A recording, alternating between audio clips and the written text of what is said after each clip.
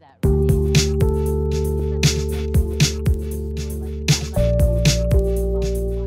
On the eve of GE14, you asked a very provocative question, Cindy, you and Esther, about are we better off today? Of course, to answer that, right? It depends on the metric that you use, or like the guidelines you use about why you judge whether we're better off. Are we talking about infant mortality? Are we talking about health? But you specifically are talking about judging it by what metric?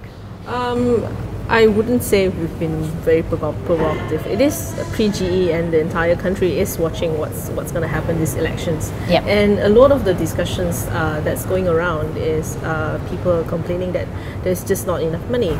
And I think we've discussed in previous weeks how the tax structure of the country, both sides have said it needs to be relooked at.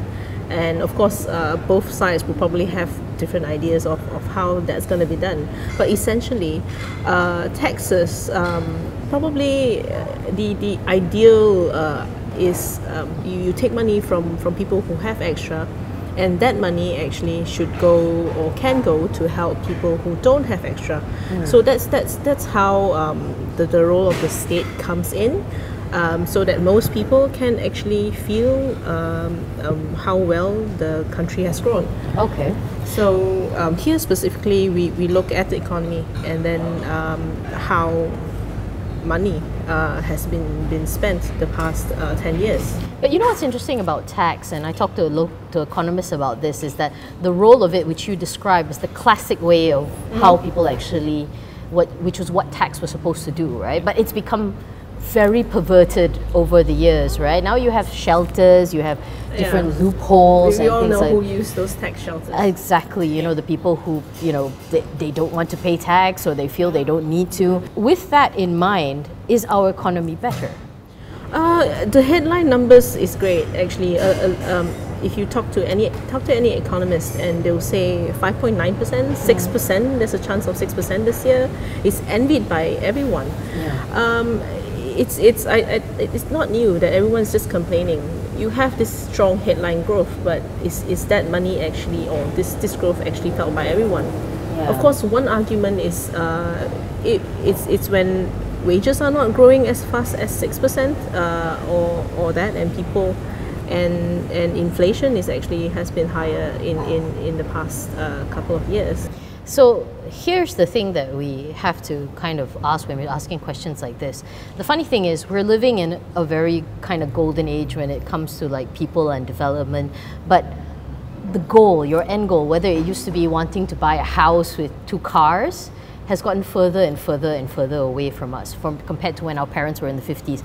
It was the thought that if you worked hard, you could reach that house with the 2 cars. But now, if you're a young, if you're a young sort of person starting out, that house with 2 cars is almost unattainable. And I think that's what people are probably frustrated with.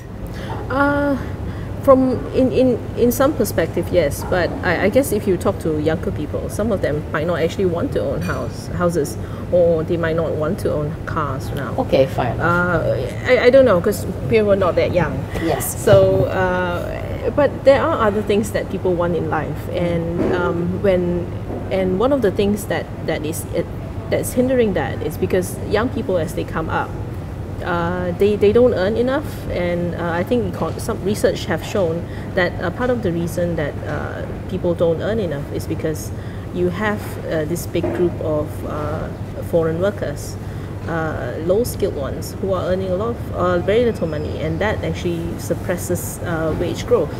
Debt-fueled economic growth is unstable, right? And that's what we are at the moment. That needs to be fixed. Can it be fixed? Yes, there needs to be a major relook at how the government has been spending the money. I think we've discussed this before, that 13% of the government revenue goes to debt service charges. That's basically interest payments. It's very unproductive. It's quite a lot of money, about 30 billion. 31 billion, yeah. And GST receipt total is about 40, so it's not a lot of difference. So whoever comes into power, yes, they have a lot to clean up. Rethink. They have a lot to think about, because we have a lot of people who needs obviously a lot of people are complaining they don't have enough money. So that itself is something that needs to be tackled. And in order to do that, you've got to have sufficient coffers. For instance, Petronas dividends.